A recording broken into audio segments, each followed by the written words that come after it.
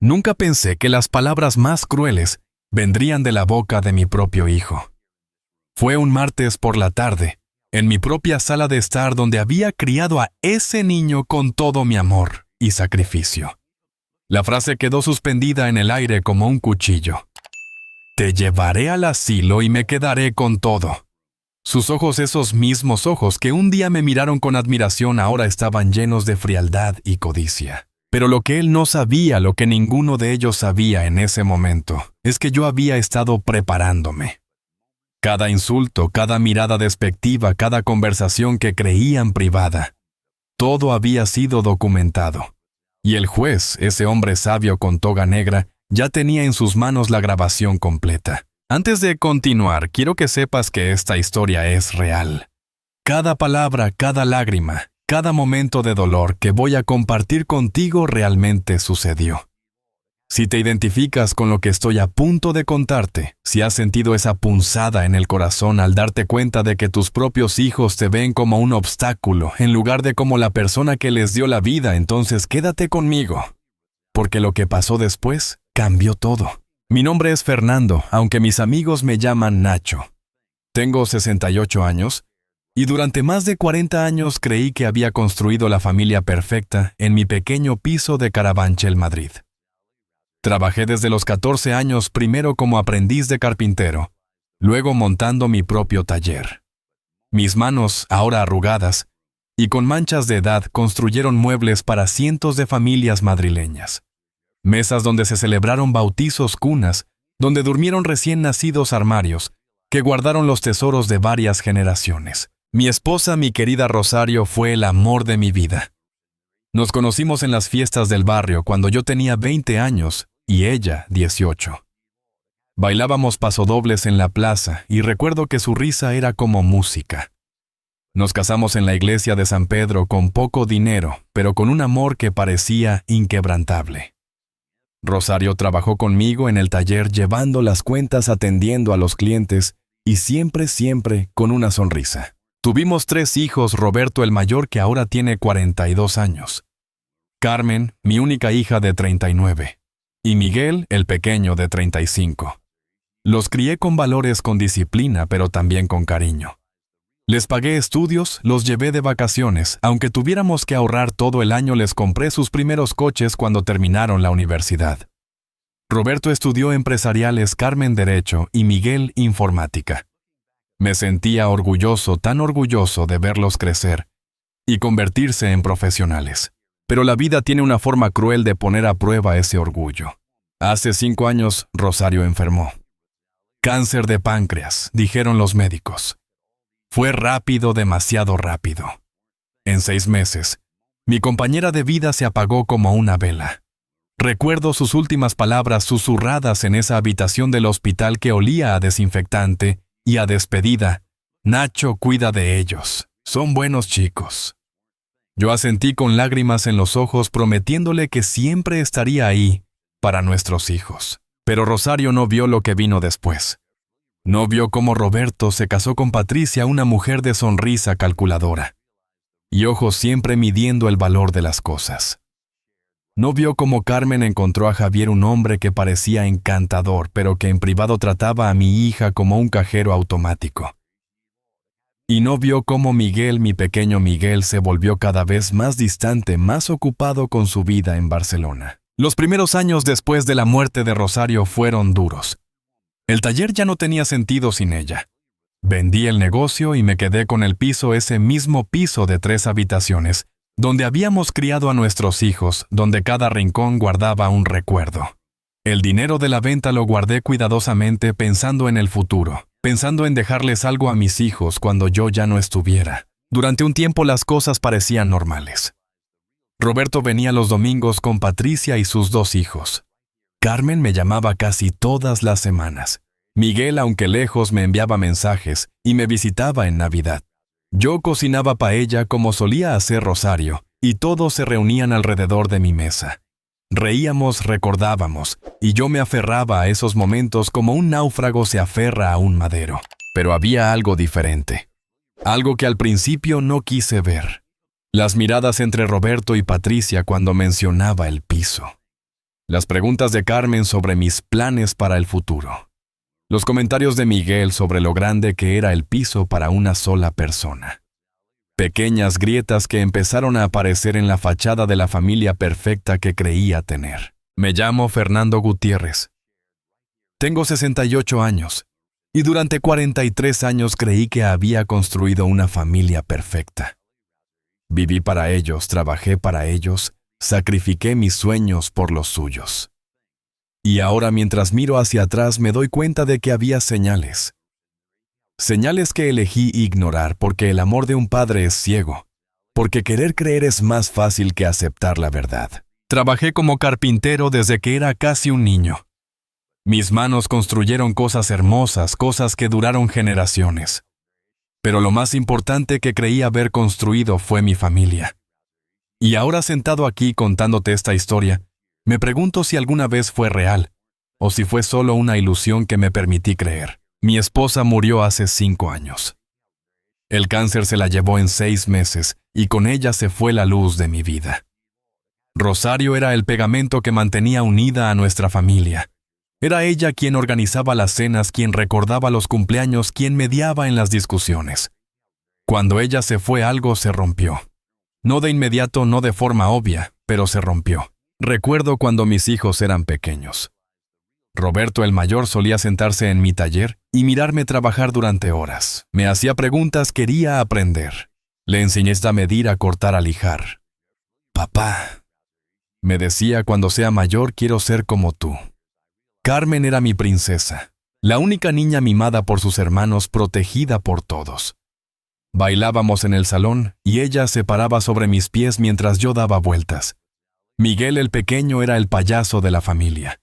Siempre haciendo bromas, siempre con esa sonrisa traviesa. ¿Dónde se perdieron esos niños?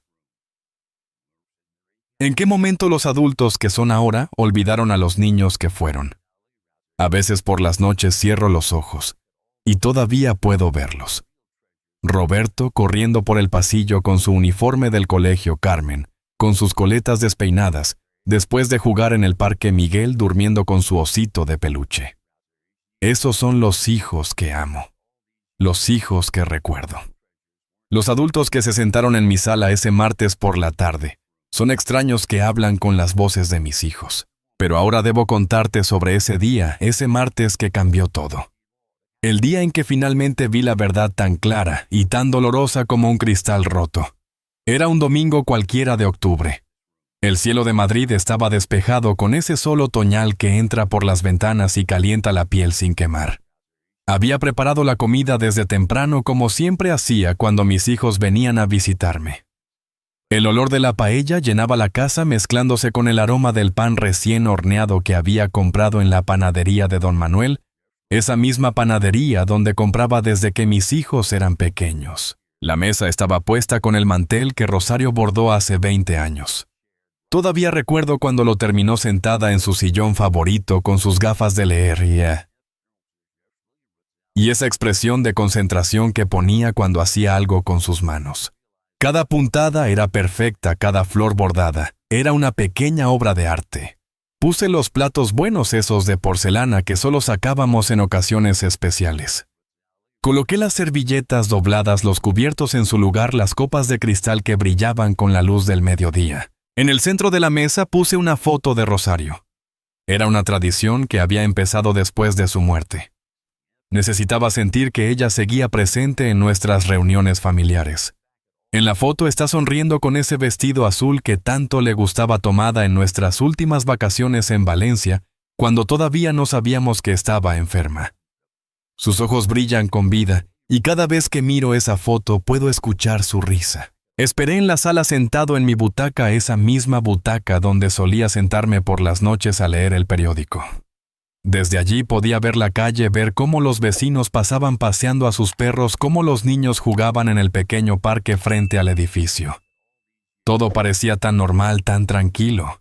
Si tan solo hubiera sabido lo que iba a suceder esa tarde. Roberto llegó primero como siempre. Era puntual, eso se lo reconozco. Pero venía con Patricia y noté algo diferente en la forma en que entraron.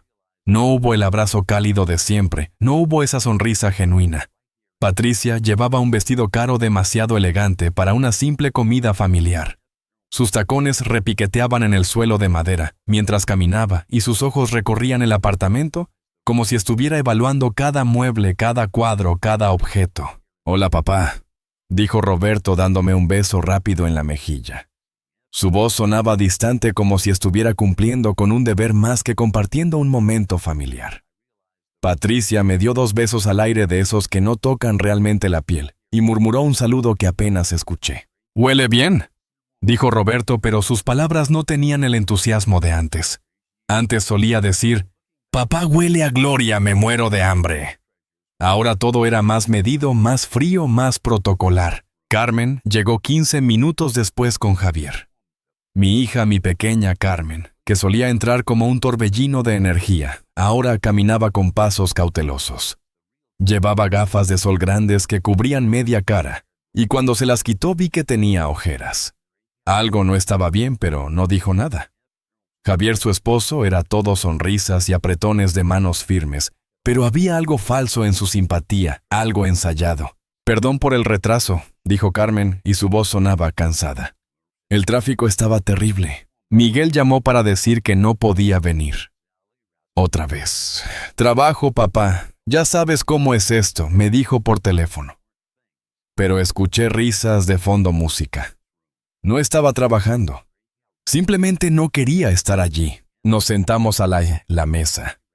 Yo serví la paella con orgullo, ese mismo plato que había perfeccionado durante décadas, la receta que Rosario me había enseñado. Los trozos de pollo estaban dorados perfectamente, los mariscos, en su punto el arroz con esa costra crujiente en el fondo, que llamamos socarrat. Había puesto todo mi amor en esa comida como siempre hacía, pero nadie parecía notarlo.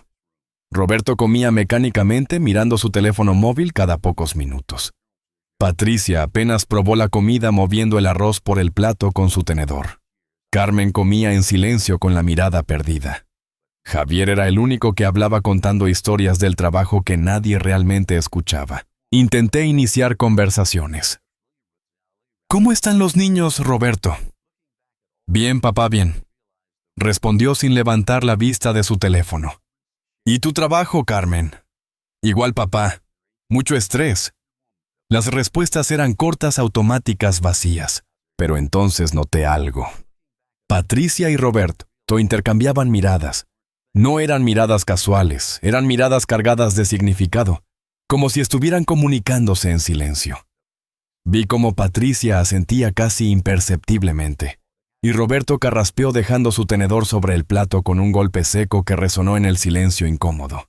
«Papá», comenzó Roberto, y el tono de su voz hizo que mi corazón se encogiera. «Necesitamos hablar». Esas palabras, «necesitamos hablar», nunca presagian nada bueno. Lo supe de inmediato. El ambiente en la mesa cambió, se volvió denso, pesado. Carmen dejó de comer y miró a su hermano con los ojos muy abiertos. Javier se recostó en su silla, cruzando los brazos como si se preparara para un espectáculo. «Claro, hijo. Dime», respondí tratando de mantener la voz tranquila, aunque por dentro sentía que algo terrible estaba por venir. Patricia se inclinó hacia adelante, y fue ella quien habló, no Roberto. «Fernando, todos estamos preocupados por ti». El uso de mi nombre, no papá o suegro, sino mi nombre desnudo, sonó como una advertencia. Vivir solo en este piso tan grande no es seguro para un hombre de tu edad. «Tengo 68 años, no 90. Respondí intentando mantener un tono ligero, pero sentí que mi garganta se cerraba. «Exactamente», continuó Patricia como si yo hubiera confirmado su punto. 68 años. ¿Y si te caes? ¿Y si te pasa algo por la noche y nadie se entera? Este edificio no tiene ascensor, son 3 pisos de escaleras. Es peligroso. He subido esas escaleras durante 40 años. Dije, sintiendo que la defensividad crecía en mi pecho. Roberto finalmente habló, pero no me miraba a los ojos. Patricia tiene razón, papá. Además, este piso es demasiado grande para ti solo. Es difícil de mantener, caro de calentar en invierno. Y el barrio ya no es lo que era. El barrio es el mismo de siempre, repliqué. Conozco a todos los vecinos. Don Manuel de la panadería, la señora Concha del Quinto, el joven Andrés que... Papá, me interrumpió Carmen y su voz sonaba apagada, derrotada. Roberto y Patricia tienen un punto. Quizás sería mejor si consideraras otras opciones. ¿Qué opciones? Pregunté aunque ya sabía la respuesta. Podía verla venir como una tormenta en el horizonte. Patricia sacó un folleto de su bolso elegante. Un folleto brillante con fotos de habitaciones limpias y jardines cuidados. Residencias del Valle. Leyó el título. Es un lugar precioso, Fernando.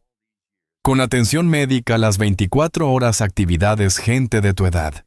Estarías bien cuidado, no estarías solo.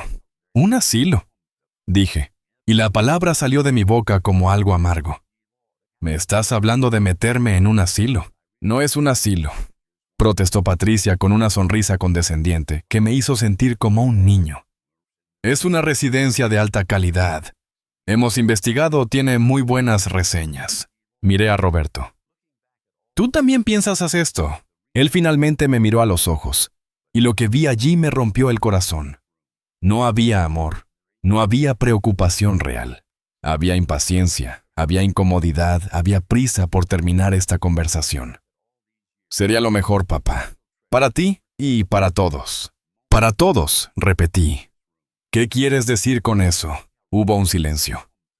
Un silencio que se extendió y se extendió hasta que fue casi insoportable. Patricia miró a Roberto esperando que él hablara. Javier se aclaró la garganta incómodamente. Carmen tenía lágrimas en los ojos, pero no decía nada. Entonces noté algo más. Sobre la mesa auxiliar donde yo había dejado unos papeles sin importancia, vi que faltaba algo. Mi carpeta de documentos importantes. Esa carpeta marrón donde guardaba las escrituras del piso, mi testamento antiguo, los papeles del banco. ¿Cuándo había desaparecido? Había estado alguno de ellos en mi apartamento antes cuando yo no estaba. ¿Y este piso? Continuó Patricia como si estuviera hablando del tiempo. Es muy valioso. En el centro de Madrid 3 habitaciones. Podría venderse por un buen precio o alquilarse. El dinero podría usarse para pagar la residencia y quedaría algo para ustedes. Terminé la frase por ella. Patricia tuvo la decencia de parecer ligeramente avergonzada, pero solo por un segundo. Bueno, eventualmente será de Roberto de todos modos. ¿Por qué no aprovecharlo ahora cuando puede realmente servir? Ahí estaba. La verdad desnuda, cruda, sin adornos. No estaban preocupados por mi bienestar. Estaban preocupados por el piso, por el dinero, por su herencia. Yo todavía estaba vivo, todavía respirando, todavía con salud, pero para ellos ya era un obstáculo entre ellos y lo que consideraban suyo. Miré a Carmen buscando apoyo, buscando que al menos mi hija dijera algo. Pero ella solo miraba su plato con lágrimas silenciosas rodando por sus mejillas. Javier le puso una mano en el hombro, no en consuelo, sino en advertencia. Necesito pensarlo. Dije finalmente con una voz que no reconocía como mía. No hay mucho que pensar, dijo Roberto, y el tono era casi de enojo. Es la decisión lógica, papá. La decisión inteligente. Me levanté de la mesa con las piernas temblando. Creo que deberían irse, dije. Todos ustedes. Patricia abrió la boca para protestar, pero Roberto la detuvo. Se levantaron, recogieron sus cosas y se dirigieron a la puerta. Carmen fue la última en salir. Me dio un abrazo rápido, un abrazo que se sentía como una disculpa y una traición al mismo tiempo. Lo siento, papá, susurró. Pero Roberto tiene razón. Es por tu bien. Y se fueron. Todos se fueron dejándome solo en mi apartamento que de repente parecía demasiado grande y demasiado vacío. La paella que había preparado con tanto amor estaba intacta en los platos. La foto de Rosario me miraba desde el centro de la mesa y juré que vi decepción en sus ojos de papel, pero algo había cambiado en mí esa tarde. Mientras cerraba la puerta detrás de ellos, mientras escuchaba sus pasos bajando las escaleras, sentí que algo se rompía dentro de mí. No era dolor, no exactamente. Era claridad. Veía finalmente lo que había estado negándome a ver durante meses, quizás años. Y en ese momento tomé una decisión. Esa noche no dormí. Me quedé en la sala en mi butaca mirando las sombras que la luz de la calle proyectaba en las paredes. Las mismas paredes donde colgaban fotos de mi familia. Fotos que ahora me miraban como testigos silenciosos de mi dolor. Pensé en todo lo que Patricia había dicho, en cómo Roberto no me había mirado a los ojos, en cómo Carmen había llorado en silencio sin defenderme. Pero algo más me inquietaba. Esa carpeta marrón que había desaparecido. Habían estado husmeando en mis cosas. ¿Cuántas veces habían venido y yo no había notado que revisaban mis documentos? La desconfianza, esa serpiente fría comenzó a enrollarse alrededor de mi corazón. El lunes por la mañana decidí llamar a Roberto. Necesitaba hablar con él de hombre a hombre, de padre a hijo. Marqué su número con dedos temblorosos. «Papayito», contestó y su voz sonaba irritada. «Estoy en una reunión. Necesito hablar contigo sobre ayer», dije. «Ya hablamos, papá. No hay nada más que decir. Piénsalo bien y nos vemos la próxima semana». Y colgó. Así sin más. Ni siquiera me dio la oportunidad de expresar lo que sentía. Intenté con Carmen. Su teléfono sonó y sonó hasta que saltó el buzón de voz. «Carmen, soy papá. Por favor, llámame». Dejé 3 mensajes ese día. Ninguno fue devuelto. Pasaron 3 días. 3 días en los que me sentí como un fantasma en mi propia casa. Comía sin hambre, dormía a ratos, caminaba de habitación en habitación recordando.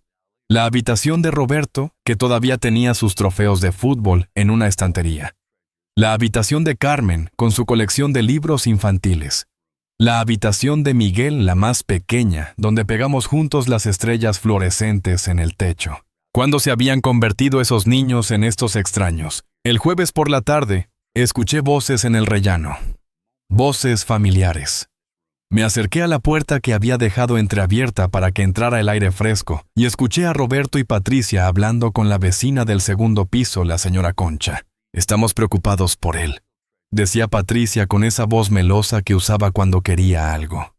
«Está mayor. Creemos que sería mejor que estuviera en un lugar donde puedan cuidarlo».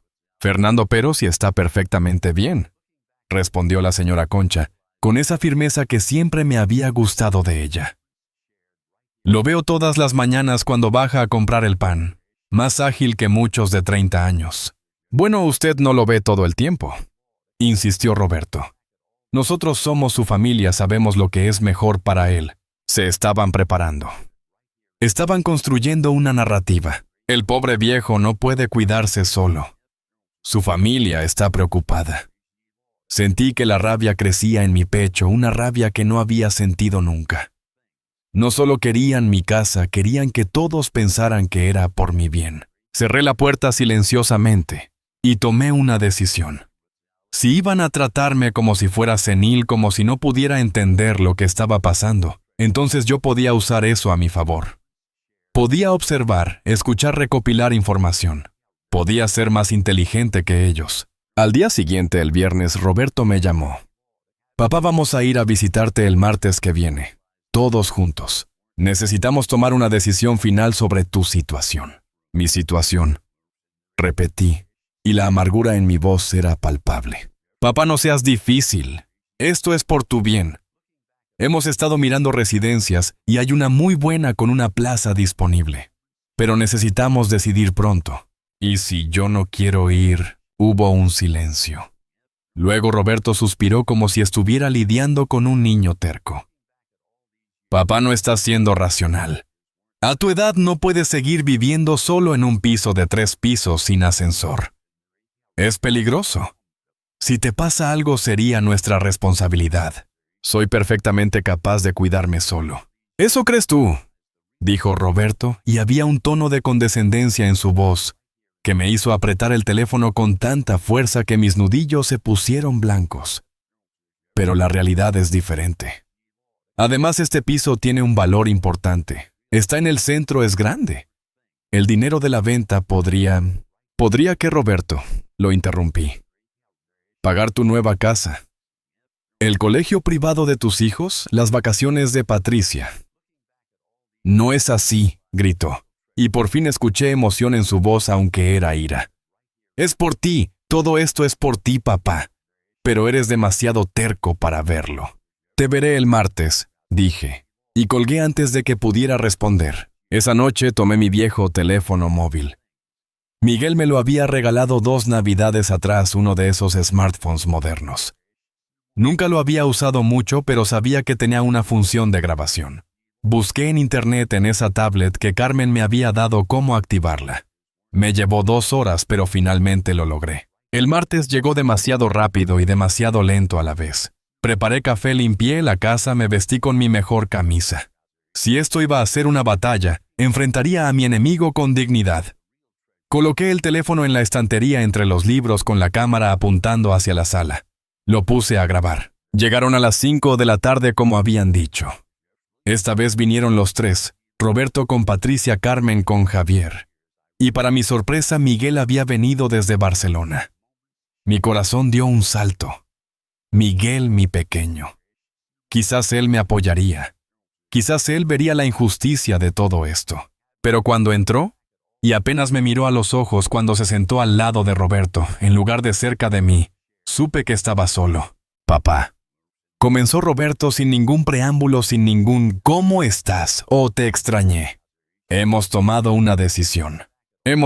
Pregunté. ¿O la tomaron ustedes por mí? Patricia se inclinó hacia adelante, y en su mano llevaba papeles. Muchos papeles. Fernando, hemos consultado con un abogado. Dada tu edad y tu situación de vivir solo, podemos iniciar un proceso de incapacitación parcial. Las palabras cayeron como piedras en agua quieta. Incapacitación. Me están diciendo que quieren declararme incapaz. Es un proceso legal, explicó Javier, y su voz de abogado sonaba ensayada, profesional, fría. Simplemente significa que tus hijos tomarían decisiones importantes por ti. Por tu propio bien, por supuesto. Por supuesto, repetí, y la ironía goteaba de mis palabras. Y supongo que la primera decisión sería meterme en una residencia y vender este piso. No es vender, dijo Roberto, y por primera vez vi un atisbo de culpa en su rostro. Es gestionar los recursos de manera más eficiente. Me reí. No pude evitarlo. Una risa amarga dura que salió de lo más profundo de mi ser. Gestionar los recursos. Qué bonita manera de decir robarle a tu padre. No estamos robando nada, explotó Patricia poniéndose de pie. Todo esto será de Roberto algún día de todos modos. ¿Por qué tenemos que esperar a que te mueras para poder usar lo que es nuestro por derecho? El silencio que siguió fue absoluto. Nadie respiraba. Incluso Patricia parecía darse cuenta de que había ido demasiado lejos. Pero las palabras estaban ahí flotando en el aire como veneno. Entonces es eso, dije lentamente mirándolos a todos uno por uno. No pueden esperar a que me muera.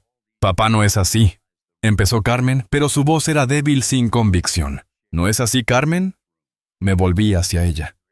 Entonces dime, ¿cuándo fue la última vez que me llamaste porque querías hablar conmigo, no porque necesitaras algo? ¿Cuándo fue la última vez que me visitaste sin que fuera un deber? Ella comenzó a llorar, pero eran lágrimas de culpa, no de empatía. ¿Y tú, Miguel? Miré a mi hijo menor. Viniste desde Barcelona. Debe ser importante. Debe valer la pena el viaje. Miguel al menos tuvo el valor de mirarme a los ojos. Papá, no nos hagas esto más difícil de lo que ya es. Difícil para ustedes. Sentí que mi voz se elevaba. Difícil para ustedes. Yo trabajé 60 horas a la semana durante 40 años. Les pagué la universidad. Les compré sus primeros coches. Cuidé a su madre cuando estaba muriendo, limpiando su vómito, sosteniéndola cuando lloraba de dolor. Y ahora que todavía estoy perfectamente sano, ustedes encuentran esto difícil. Papá, cálmate, dijo Roberto, pero había miedo en su voz ahora. Te vas a hacer daño. ¿Hacerme daño, Fe? Me reí de nuevo. Ya me hicieron daño. Ustedes, mis propios hijos, ya me destrozaron el corazón.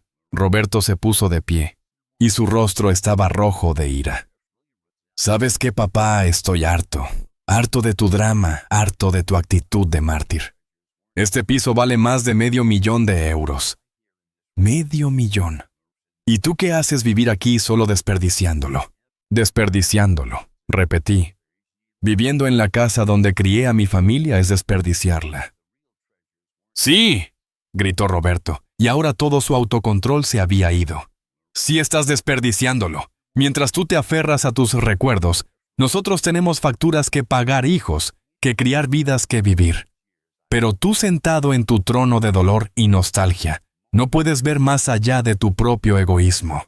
Mi egoísmo, susurré. Sí, tu maldito egoísmo, continuó Roberto, y ahora Patricia le ponía una mano en el brazo tratando de calmarlo, pero él se la quitó. Mamá murió y nos dejó a cargo de ti. ¿Crees que es fácil para nosotros? ¿Crees que queremos tener que preocuparnos de si te caíste en la ducha o si te olvidaste de la estufa encendida? Nunca me he caído. Nunca me he olvidado de nada. Dije, y mi voz era peligrosamente calmada ahora. Todavía no, gritó Roberto.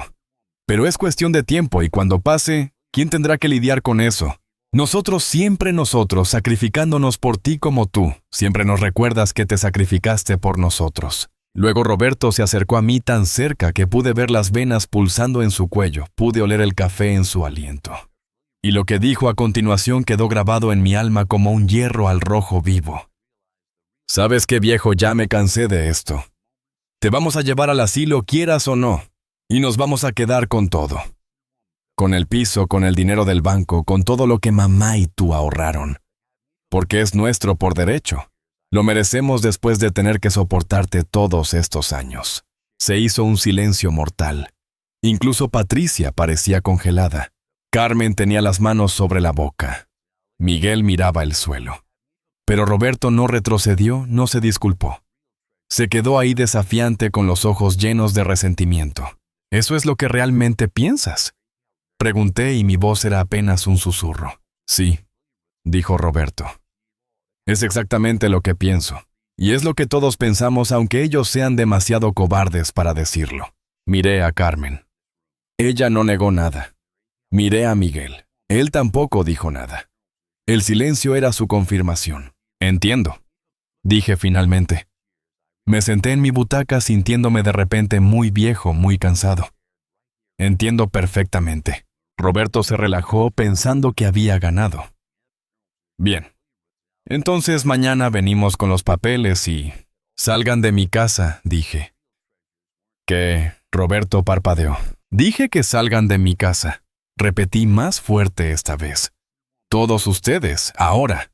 Papá, no seas infantil, comenzó Patricia. ¡Fuera!, grité y la fuerza de mi voz los hizo retroceder. ¡Fuera de mi casa! ¡Fuera de mi vida! Se fueron finalmente. Roberto me lanzó una última mirada de furia antes de salir. Patricia estaba roja de indignación. Carmen lloraba abiertamente ahora. Miguel fue el último en salir, y por un momento pensé que diría algo que se disculparía. Pero solo negó con la cabeza y cerró la puerta detrás de él. Me quedé solo en la sala. El silencio era ensordecedor. Podía escuchar mi corazón latiendo, podía escuchar el tic-tac del reloj de pared que Rosario amaba, podía escuchar el murmullo distante del tráfico en la calle. Caminé hacia la estantería y tomé mi teléfono. Detuve la grabación. Lo había capturado todo. Cada palabra, cada grito, cada momento de esa horrible confrontación. Los tengo. Susurré a la foto de Rosario en la mesa. Gracias a Dios los tengo, porque algo dentro de mí ya sabía, ya había sospechado. Y por eso había grabado. No porque quisiera venganza, no porque quisiera destruirlos, sino porque necesitaba protegerme. Necesitaba evidencia de que no estaba loco, de que no estaba siendo difícil. Evidencia de que mis propios hijos estaban dispuestos a destruirme por dinero. Esa noche no lloré. No me permití ese lujo. En su lugar saqué una vieja libreta y comencé a hacer una lista. Una lista de abogados de bancos de documentos que necesitaba revisar. Si iban a pelear, yo también pelearía. Pero lo haría con inteligencia, con estrategia. Rosario siempre decía que yo era demasiado blando con los niños. Les das todo, Nacho, me decía. No les enseñas que las cosas tienen valor. Ojalá la hubiera escuchado, pero ahora era demasiado tarde para lamentos. Era hora de actuar. Esa noche no dormí. No por ansiedad, no por miedo, Simplemente me quedé despierto sentado en la oscuridad de mi sala, escuchando los sonidos nocturnos del edificio. El crujido de las tuberías, el ronroneo del refrigerador en la cocina, el ladrido lejano de un perro. Sonidos familiares que habían sido la banda sonora de mi vida durante 40 años. Repetí cada palabra en mi mente, cada frase, cada mirada. Te vamos a llevar al asilo, quieras o no. Las palabras de Roberto resonaban una y otra vez como un disco rayado. Pero lo que más me dolía no era la amenaza, era el tono. Ese tono de derecho de impaciencia, como si yo fuera un trámite que había que resolver, un obstáculo que había que remover. ¿En qué me equivoqué? La pregunta me perseguía como un fantasma. Les di demasiado. Les di todo tan fácilmente que nunca aprendieron el valor de las cosas. Recordé las palabras de Rosario años atrás, cuando Roberto tenía 16 años y había chocado el coche nuevo que le habíamos comprado. Les das todo sin que se lo ganen, Nacho. Un día nos arrepentiremos. Yo había reído entonces. Son nuestros hijos, amor. Es nuestro deber darles lo mejor. Y había comprado otro coche. Y había pagado la universidad. Y había dado. Y dado sin pedir nunca nada a cambio. Excepto respeto. Excepto amor. Excepto que me trataran como un ser humano y no como una cuenta bancaria con piernas. Me levanté y caminé hasta la ventana. Madrid dormía bajo un manto de luces naranjas. Desde mi tercer piso podía ver la panadería de don Manuel cerrada ahora, pero que abriría a las 6 de la mañana como siempre. Podía ver el banco donde Rosario y yo abríamos nuestra primera cuenta hace más de 40 años. Podía ver el parque donde llevaba a mis hijos a jugar los domingos. Cada rincón de este barrio estaba lleno de recuerdos. Buenos recuerdos. Y ellos querían arrancarme de aquí. Meterme en una habitación blanca y estéril, donde moriría lentamente rodeado de extraños, mientras ellos dividían mi vida en lotes y la vendían al mejor postor. No, dije en voz alta, y mi voz sonó extraña en la quietud de la noche. No. Fui a la cocina y preparé café. Café cargado, negro, sin azúcar.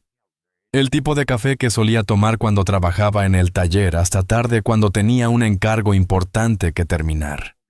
Necesitaba estar despierto. Necesitaba pensar con claridad. Saqué la libreta donde había comenzado a hacer mi lista la noche anterior. Con mano temblorosa pero firme en su propósito, comencé a escribir. No solo nombres de abogados ahora. Escribí todo. Cada regalo que les había dado. Cada vez que había pagado sus deudas. Cada sacrificio que había hecho. Roberto. Le pagué la universidad completa. Le di 50,000 euros para el pago inicial de su primera casa. Le presté el coche durante 2 años. Le di 20,000 euros cuando su empresa casi quiebra. Nunca me devolvió nada. Nunca me lo agradeció realmente. Carmen. Su boda costó 30,000 euros. Todo lo pagué yo. Su apartamento otros 40,000 euros de ayuda.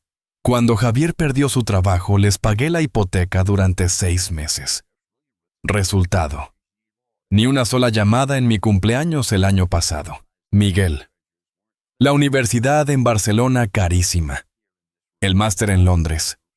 El coche que todavía conduce. Más de 100,000 euros en total. Y no podía ni molestarse en venir a visitarme más de 2 veces al año. Sumé los números. Más de 300,000 euros. 300,000 euros que había dado con amor sin esperar nada a cambio. Y ahora querían más. Querían todo. Las lágrimas finalmente llegaron. No pude detenerlas. Lloré por primera vez desde el funeral de Rosario. Lloré por los niños que había perdido, por los extraños en los que se habían convertido.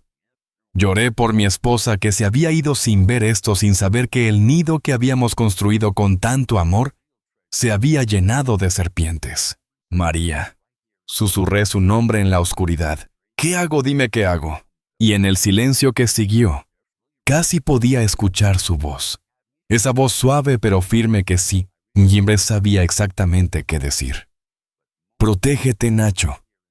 Protégete porque ellos no lo harán. Tenía razón. Lo había sabido durante años, pero no había querido verlo. Las señales habían estado ahí, Las llamadas que solo llegaban cuando necesitaban dinero. Las visitas que se acortaban cada vez más. Los planes de Navidad que se cancelaban a última hora. La indiferencia disfrazada de ocupación. Pero yo había sido ciego. Ciego porque quería creer. Porque necesitaba creer que había hecho algo bien en mi vida, que había criado buenos hijos. Y ahora esa ilusión se había hecho pedazos, y los fragmentos cortaban mi corazón en 1000 direcciones. El amanecer llegó lentamente. Vi cómo el cielo pasaba del negro al gris, del gris al rosa, del rosa al azul. Un nuevo día. Pero yo no era el mismo hombre que había visto el amanecer anterior. Algo fundamental había cambiado dentro de mí. Abrí mi laptop esa que Carmen me había regalado 3 navidades atrás, y que apenas sabía usar. Busqué abogados especialistas en derecho de familia, especialistas en protección de personas mayores. Leí artículos sobre incapacitación, sobre tutelas, sobre cómo los hijos a veces abusan de sus padres ancianos. No estaba solo. Había miles de casos como el mío. Miles de padres que habían dado todo, que habían sacrificado todo solo para ser descartados cuando ya no eran útiles. La lectura me horrorizó y al mismo tiempo me consoló. No estaba loco, no estaba siendo difícil, estaba siendo víctima. Pero víctima era lo último que quería ser. Marqué el número del primer abogado de la lista. Eran las 8:30 de la mañana. Una recepcionista contestó. Buenos días, me llamo Fernando Gutiérrez. Necesito una cita urgente con el abogado Martínez. Es sobre un caso de intento de incapacitación fraudulenta. Por supuesto, señor Gutiérrez. Puede venir esta tarde a las 4. Allí estaré. Colgué y sentí algo que no había sentido en días. Esperanza. Pequeña, frágil, pero ahí. Estaba tomando acción. No me quedaría sentado esperando a que me llevaran. Lucharía. Pasé el resto de la mañana preparándome. Me duché, me afeité, me puse mi mejor traje. El mismo traje que había usado en la boda de Roberto, en la graduación de Carmen, en el funeral de Rosario. Un traje que había visto mejores días, pero que todavía me quedaba bien. Me miré en el espejo y vi a un hombre cansado con arrugas profundas alrededor de los ojos, con el pelo más gris que negro. Pero también vi determinación. No estás acabado, viejo, me dije a mi reflejo. Todavía tienes lucha en ti. A las 3:30 tomé el metro. No había conducido en años, había vendido el coche después de la muerte de Rosario.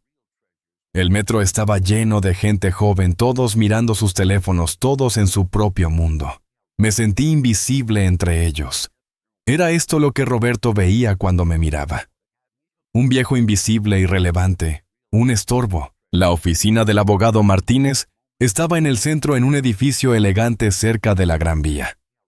Tomé el ascensor hasta el 5º piso, y cuando se abrieron las puertas me encontré en una recepción moderna con muebles de diseño, y una recepcionista joven que me sonrió con profesionalismo. Señor Gutiérrez, el abogado Martínez lo verá enseguida. Por favor, tome asiento. Me senté en uno de los sofás de cuero y esperé.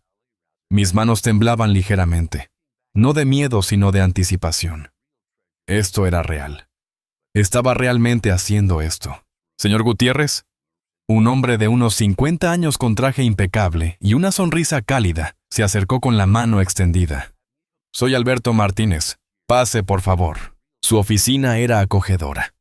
Estantes llenos de libros legales, diplomas en las paredes, una foto de su familia en el escritorio. Me recordó a mi propio taller, organizado pero vivido. Cuénteme, dijo sentándose frente a mí con una libreta en la mano. ¿Qué está pasando? Y le conté. Todo. Desde la muerte de Rosario hasta la confrontación de ayer, no omití nada. Ni siquiera las partes que me hacían quedar mal, como el hecho de que quizás había mimado demasiado a mis hijos. Necesitaba que él entendiera la situación completa. El abogado Martínez escuchó sin interrumpir, tomando notas ocasionalmente. Cuando terminé, se recostó en su silla y me miró con una expresión que era mezcla de compasión y profesionalismo. Señor Gutiérrez, lamento mucho por lo que está pasando. Desafortunadamente, casos como el suyo son más comunes de lo que la gente cree. Se inclinó hacia adelante. Pero hay buenas noticias. Usted me dice que grabó la conversación de ayer. ¿Es correcto? Saqué mi teléfono y se lo mostré. Está todo aquí, cada palabra. Él sonrió. Eso cambia todo. En España las grabaciones propias son admisibles como evidencia. Y lo que su hijo dijo, las amenazas específicas, la admisión de querer obtener su propiedad. Eso es exactamente lo que necesitamos. ¿Entonces puedo detenerlos? Pregunté y mi voz sonaba esperanzada como la de un niño. No solo puede detenerlos, señor Gutiérrez. Puede protegerse completamente. Podemos redactar documentos legales que aseguren que nadie puede tomar decisiones por usted sin su consentimiento explícito. Podemos actualizar su testamento para reflejar la realidad de la situación. Y si ellos intentan proceder con la incapacitación, esta grabación será la prueba de que sus intenciones no son benévolas, sino puramente económicas. Sentí que un peso enorme se levantaba de mis hombros. ¿Cuánto tiempo tomará? Puedo tener los documentos básicos listos en una semana. Para el testamento completo y las directivas médicas necesitaremos 2 semanas. Pero lo más importante, señor Gutiérrez, es que usted esté preparado. Si ellos intentan algo, debe llamarme de inmediato. ¿Entendido? Entendido. Salí de esa oficina sintiéndome 10 años más joven. Había un plan, había esperanza. No estaba indefenso. Esa noche me senté en mi butaca con una copa de vino tinto, el mismo vino que Rosario y yo solíamos compartir los viernes por la noche. Miré su foto en la mesa. «¿Lo haré bien, amor?», le dije. «Esta vez lo haré bien, no por venganza, no por rabia, sino porque tengo derecho a vivir mis últimos años con dignidad, porque tengo derecho a decidir qué hacer con lo que tú y yo construimos juntos». Cerré los ojos y por primera vez en días dormí. Profundamente, sin pesadillas, porque sabía que al día siguiente comenzaría una nueva etapa. No como víctima, no como un viejo indefenso, sino como un hombre que todavía sabía pelear por lo que era suyo. Pero al amanecer del día siguiente, algo dentro de mí había cambiado completamente. Si había aprendido algo en mi vida trabajando con mis manos construyendo cosas desde cero, es que las respuestas no llegan solas. Hay que salir a buscarlas. Hay que ser paciente observador estratégico. Pasé los siguientes 3 días en silencio. No llamé a mis hijos. No respondí sus mensajes. Roberto me escribió 2 veces. «Papá, necesitamos hablar». Esto es importante. Carmen me dejó un mensaje de voz lloroso. «Papá, por favor, no estés enojado. Solo queremos lo mejor para ti». Miguel no se molestó en contactar, pero yo estaba ocupado, muy ocupado. El abogado Martínez trabajó rápido. El miércoles por la mañana me llamó. «Señor Gutiérrez, tengo noticias. He revisado sus documentos actuales y hay algunas cosas preocupantes». «¿Qué cosas?», pregunté sintiendo que mi estómago se apretaba. «Su testamento actual, el que hizo hace 8 años, deja todo dividido equitativamente entre sus 3 hijos. Pero hay algo más. Encontré que alguien intentó acceder a su cuenta bancaria hace 2 semanas. El banco bloqueó el intento porque la firma no coincidía perfectamente. Sentí que la sangre se me helaba. ¿Qué? Alguien intentó falsificar su firma, señor Gutiérrez. El banco tiene la documentación. Puedo solicitar una copia oficial, pero necesito su autorización». «La tiene. Toda la autorización que necesite». Colgué y me senté pesadamente en la silla. Habían intentado robarme. No solo querían esperar a mi muerte, no solo querían meterme en un asilo. Habían intentado activamente robarme mientras yo todavía estaba vivo y cuerdo. ¿Quién había sido Roberto? ¿Era el más agresivo, el más desesperado por dinero? ¿O había sido Javier el abogado el que sabía cómo funcionaban estas cosas? Mi mente daba vueltas, pero una cosa estaba clara. Esto había ido demasiado lejos. El jueves por la tarde, el abogado Martínez vino a mi casa. Trajo un notario con él, un hombre serio de unos 60 años con gafas gruesas y un maletín de cuero viejo. «Señor Gutiérrez», dijo el notario después de las presentaciones, «vamos a hacer esto correctamente. Voy a documentar que usted está en pleno uso de sus facultades mentales. Voy a hacerle algunas preguntas. Responda con honestidad». Me hizo preguntas sobre fechas, sobre eventos actuales, sobre matemáticas simples. Fue casi ofensivo, pero entendí la necesidad. Cuando terminó, asintió satisfecho. Este hombre está perfectamente cuerdo y capacitado para tomar sus propias decisiones, declaró escribiendo en un documento oficial. Luego vino la parte importante. El Nuevo Testamento. He pensado mucho en esto, le dije al abogado Martínez. No quiero actuar por venganza, pero tampoco puedo premiar la traición. Cuénteme qué tiene en mente, dijo él con su libreta lista. El piso. Lo vendo. Pero no ahora, sino que dejo instrucciones para que se venda después de mi muerte. El dinero se dividirá así, el 70% irá a una fundación benéfica. Una que ayude a personas mayores que están siendo abusadas por sus familias. Quiero que lleve el nombre de Rosario. El abogado sonrió. Es una idea hermosa. El 30% restante. Continué y mi voz se endureció. Se dividirá entre mis hijos, pero con condiciones. Solo recibirán su parte si no han intentado incapacitarme, si no han intentado forzarme a ir a una residencia contra mi voluntad, y si pueden demostrar que me visitaron al menos una vez al mes, durante el último año de mi vida. ¿Y si no cumplen las condiciones?, preguntó el notario. Su parte va también a la fundación. Firmé el documento. Mi mano no tembló. Sentí que Rosario habría estado orgullosa, pero había más. El abogado Martínez sacó otros papeles. Estos son poderes preventivos de salud. Nombran a una persona de confianza para tomar decisiones médicas, si usted no puede hacerlo. ¿Tiene a alguien en mente? Pensé en mis hijos y sentí náuseas. ¿Puede ser usted?, pregunté. Puede ser su abogado, sí. Pero también recomendaría nombrar a un amigo, alguien que lo conozca bien. Pensé en don Manuel el panadero. Lo conocía desde hacía 40 años. Era un buen hombre. Tengo a alguien. Perfecto. También vamos a registrar una declaración oficial de que usted no desea ser declarado incapaz bajo ninguna circunstancia, a menos que 3 médicos independientes no relacionados con su familia lo certifiquen. Esto hace casi imposible que sus hijos procedan con sus planes. Era perfecto. Era más de lo que había esperado. El viernes por la mañana Roberto apareció en mi puerta sin avisar. Toqué el timbre insistentemente. Papá, sé que estás ahí. Abre la puerta. No abrí. En lugar de eso llamé al abogado Martínez. Está en mi puerta. Susurré por teléfono. No abra, no le debe nada. De hecho, esto es perfecto. Si intenta forzar la entrada, llame a la policía inmediatamente. Roberto tocó durante 10 minutos más, luego se fue. Pero escuché su voz en el pasillo hablando por teléfono. No abre. Si está bien, tendremos que proceder con el plan B. El abogado dijo que podíamos... No necesitamos hacerlo pronto antes de que haga algo estúpido como cambiar el testamento. Demasiado tarde, hijo. Demasiado tarde. El lunes siguiente, llegó el momento que había estado esperando y temiendo. El abogado Martínez me llamó. Señor Gutiérrez, hemos recibido notificación oficial. Sus hijos han iniciado el proceso de incapacitación. La audiencia es en 2 semanas. Estamos listos, dije y mi voz era firme. Más que listos, respondió Esil. Tenemos la grabación, tenemos el informe del notario sobre su capacidad mental, tenemos el intento de acceso fraudulento a su cuenta bancaria. Y tengo una sorpresa más. ¿Qué sorpresa? Contraté a un investigador privado. Siguió a Roberto durante la última semana. Señor Gutiérrez, su hijo ha estado visitando agencias inmobiliarias. Ya tiene compradores interesados en su piso. Tengo fotos, tengo correos electrónicos.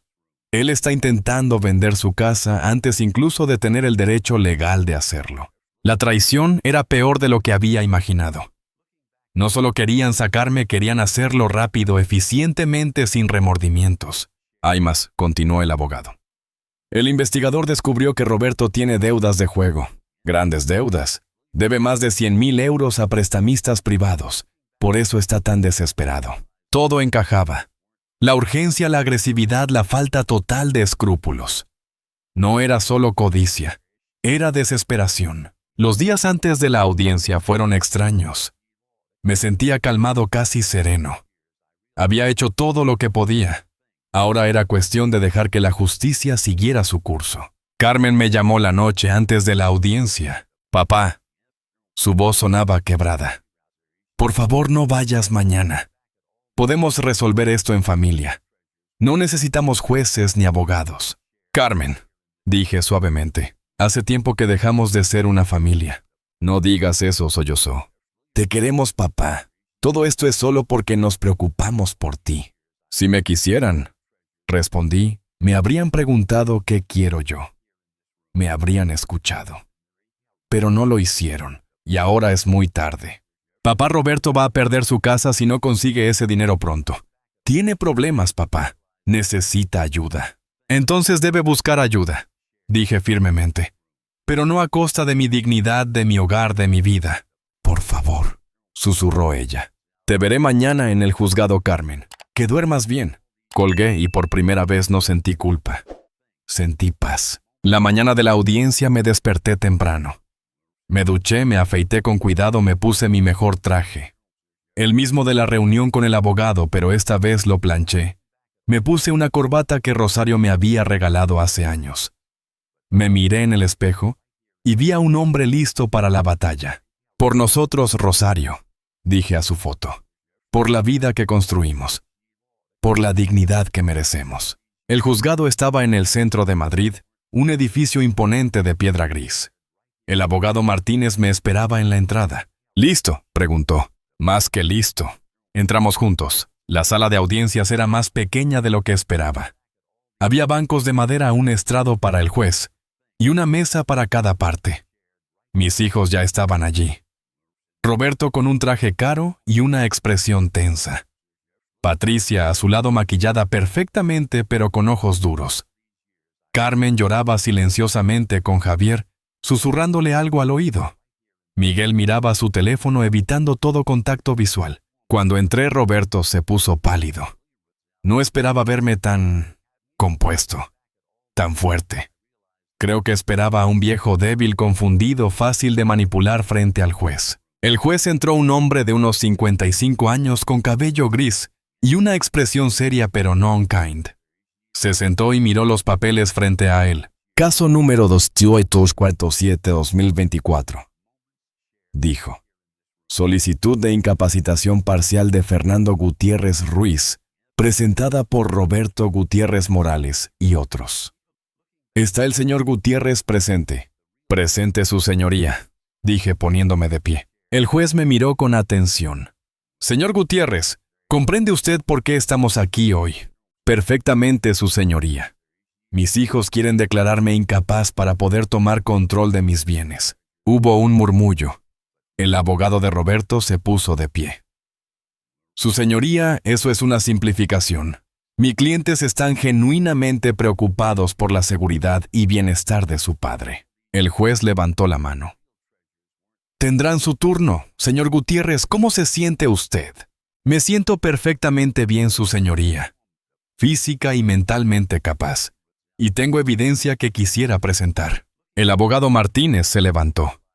Su señoría, tenemos documentación extensa que demuestra que el señor Gutiérrez está en pleno uso de sus facultades. Pero también tenemos evidencia de que esta solicitud no es benévola, sino que tiene motivaciones puramente económicas. Proceda, dijo el juez y se reclinó en su silla, y entonces comenzó. El abogado Martínez presentó el informe del notario. Presentó evaluaciones médicas que había solicitado de 2 doctores independientes.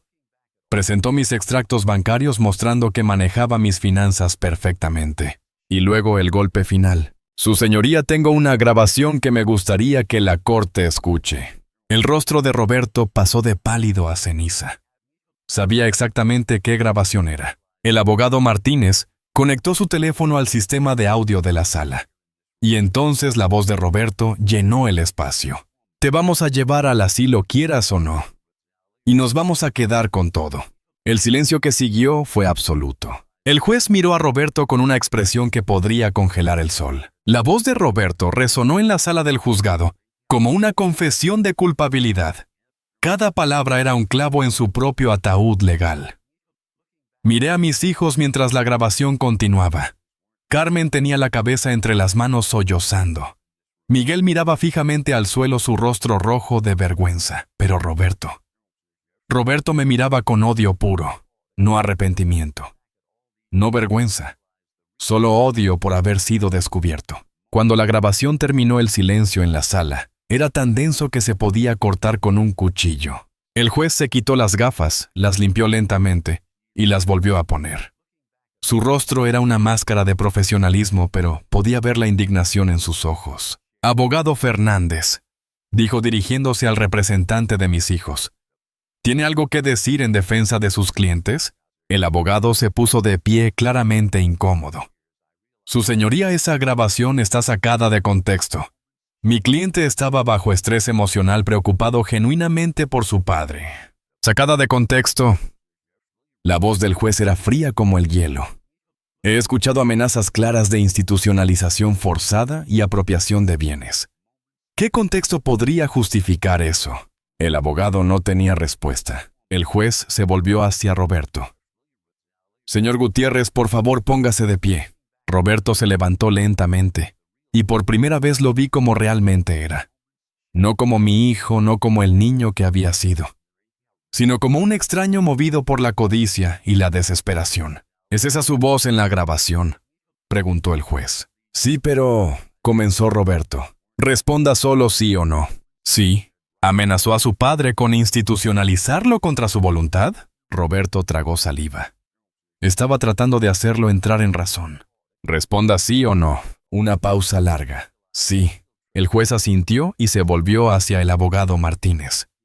«Letrado Martínez, entiendo que tiene evidencia adicional». «Así es, su señoría». Mi abogado presentó los documentos del banco sobre el intento de acceso fraudulento. Presentó las fotos del investigador privado mostrando a Roberto en agencias inmobiliarias. Presentó los correos electrónicos donde Roberto discutía la venta de su piso, un piso que todavía era legalmente mío. Cada pieza de evidencia era otro ladrillo en el muro que separaba a mis hijos de sus intenciones. «También tenemos información sobre la situación financiera del señor Roberto Gutiérrez», continuó mi abogado. «Deudas de juego por valor de 105,000 euros. Su señoría, esto no es preocupación filial. Esto es desesperación financiera». Patricia se puso de pie bruscamente. «Eso es privado. No tienen derecho». «Siéntese, señora», ordenó el juez. «O la sacaré de esta sala». Ella se sentó temblando de rabia. El juez revisó todos los documentos tomándose su tiempo. El reloj en la pared marcaba los segundos. Podía escuchar mi propio corazón latiendo. Finalmente el juez levantó la vista. «He visto muchos casos en mi carrera. Casos de familias rotas, de traiciones, de codicia.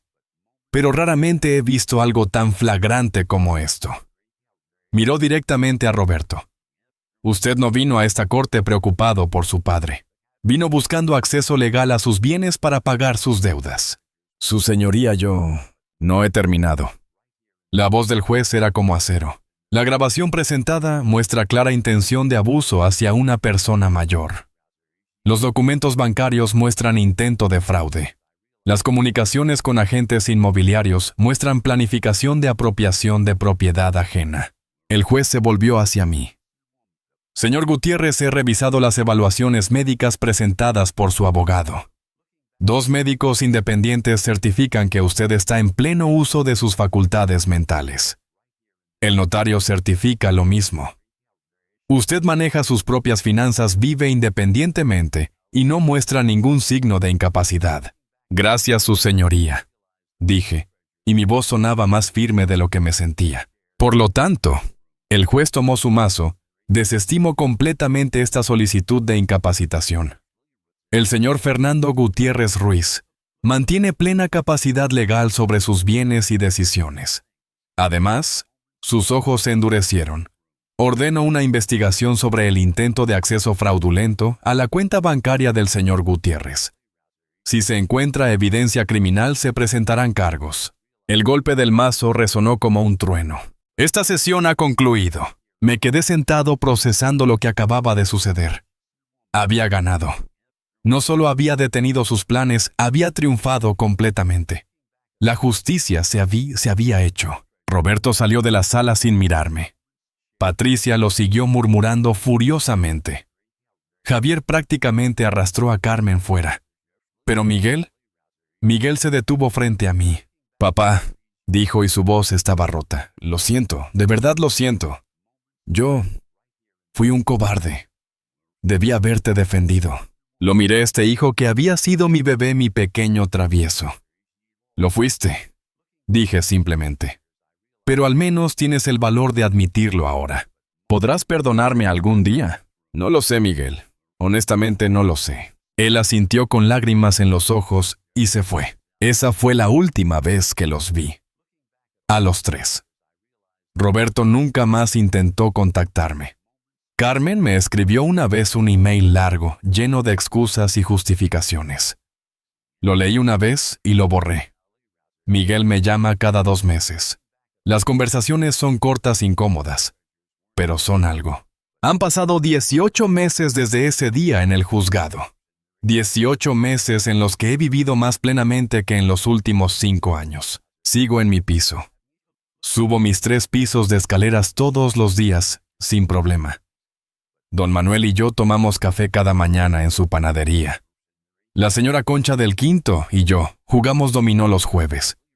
He hecho amigos nuevos en el centro comunitario del barrio. La Fundación Rosario Morales se estableció hace 6 meses. Ya ha ayudado a 12 personas mayores que estaban siendo abusadas por sus familias. Cada vez que recibo un informe de alguien que hemos ayudado, siento que Rosario sonríe desde donde esté. Me duele. Por supuesto que me duele. Son mis hijos. Los crié, los amé. Habría dado mi vida por ellos. Y ellos estuvieron dispuestos a destruir la mía por dinero. Ese dolor no desaparece, pero he aprendido a vivir con él. He aprendido algo más importante también. He aprendido que el amor verdadero no es ciego. El amor verdadero ve los defectos y aún así elige quedarse. Pero también sabe cuándo irse. Sabe cuándo protegerse. La dignidad no tiene edad. El respeto no es opcional. Y nadie, ni siquiera tus propios hijos, tiene derecho a quitarte tu autonomía. Mi abogado Alberto Martínez se ha convertido en un amigo. Almorzamos juntos una vez al mes. Él me ayudó a establecer un sistema donde, cuando yo ya no pueda cuidarme a mí mismo, verdaderamente cuando llegue ese día inevitable, serán médicos independientes. Y el sistema legal los que tomen decisiones, no mis hijos.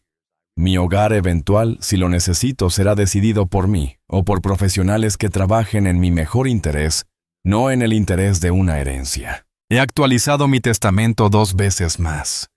Ahora el 80% va a la fundación. El 20% se divide entre mis hijos, pero solo si cumplen condiciones estrictas. Roberto nunca las cumplirá. Lo sé, y está bien. Carmen quizás. Miguel probablemente. Pero lo más importante es que ya no vivo esperando su amor, su aprobación, su presencia. He construido una vida nueva. Una vida donde soy respetado, donde mi opinión importa, donde mi edad es sabiduría, no debilidad. Si pudiera hablar con mi yo de hace 2 años, ese hombre roto sentado en su butaca después de que sus hijos lo traicionaran, le diría esto: no estás acabado. El dolor no te define. La traición no te destruye si no lo permites. Tienes más fuerza de la que crees. Y mereces dignidad, respeto y amor real. A los mayores que están pasando por algo similar, les digo, no están solos. La ley está de su lado si actúan con tiempo. Busquen ayuda profesional. Documenten todo. No tengan miedo de protegerse. El amor verdadero no requiere que se sacrifiquen su dignidad. Y a los hijos que lean esto les digo, sus padres no son cuentas bancarias con piernas. Son seres humanos que merecen respeto hasta su último aliento. El amor se mide en tiempo, en presencia, en respeto. No en lo que heredarán cuando ellos se hayan ido. La vida tiene una forma extraña de hacer justicia. Roberto perdió su casa eventualmente. Las deudas lo alcanzaron. Lo último que supe es que está viviendo en un apartamento pequeño, trabajando 2 empleos para pagar a sus acreedores. Patricia lo dejó 6 meses después del juicio. Supongo que sin la promesa de mi dinero, él ya no era tan atractivo. Carmen y Javier se divorciaron. Ella me escribió hace 3 meses pidiendo perdón, diciendo que finalmente entendió que Javier la había manipulado. Quizás sea verdad. Quizás no. Todavía no he respondido. Miguel está tratando. Realmente está tratando. Y quizás algún día, cuando haya demostrado que su arrepentimiento es real y duradero, podamos reconstruir algo. No será lo que teníamos, pero podría ser algo honesto. Yo vivo. Cada día que me despierto en mi piso, que bajo a comprar fasa, a la panadería de don Manuel, que tomo café mirando Madrid, despertar es una victoria. Una victoria sobre aquellos que quisieron quitarme mi libertad. Una victoria sobre mi propio miedo y debilidad. Y cada noche antes de dormir, le hablo a la foto de Rosario. Lo hicimos bien hoy, amor. Lo hicimos bien. Mi nombre es Fernando Gutiérrez. Tengo 70 años.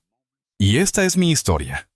Una historia de traición, sí, pero también de justicia, de dignidad y de la fuerza que todos llevamos dentro sin importar nuestra edad. Si mi historia te tocó el corazón, si te reconociste en mi dolor o en mi victoria, déjame decirte esto, no estás solo. Nunca estás solo. Y nunca es tarde para defender tu dignidad. Me gustaría saber desde qué ciudad me estás escuchando. ¿Has vivido algo similar? ¿Conoces a alguien que esté pasando por esto? No tengas miedo de compartir. A veces compartir nuestra historia es el primer paso para sanar. Y si eres un hijo o una hija y reconociste en Roberto o en Carmen partes de ti mismo, todavía hay tiempo. Todavía hay tiempo de cambiar, de hacer las cosas bien, de amar verdaderamente, en lugar de esperar una herencia. La dignidad no tiene edad.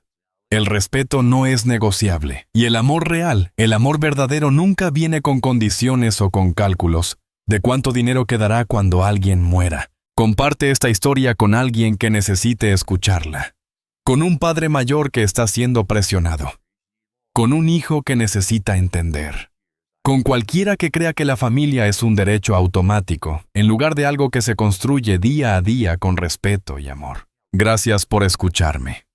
Gracias por darle valor a mi historia compartiendo la tuya. Cada vez que alguien habla, cada vez que alguien se defiende, hacemos este mundo un poco más justo para todos. Que Dios bendiga a cada persona mayor que está luchando por su dignidad hoy. Y que cada hijo o hija encuentre en su corazón el verdadero significado de honrar a sus padres. Un abrazo fuerte desde Madrid, desde mi piso en Carabanchel, desde la casa que construí con amor y que defendí con dignidad. Fernando Gutiérrez, 60 años, Madrid, España.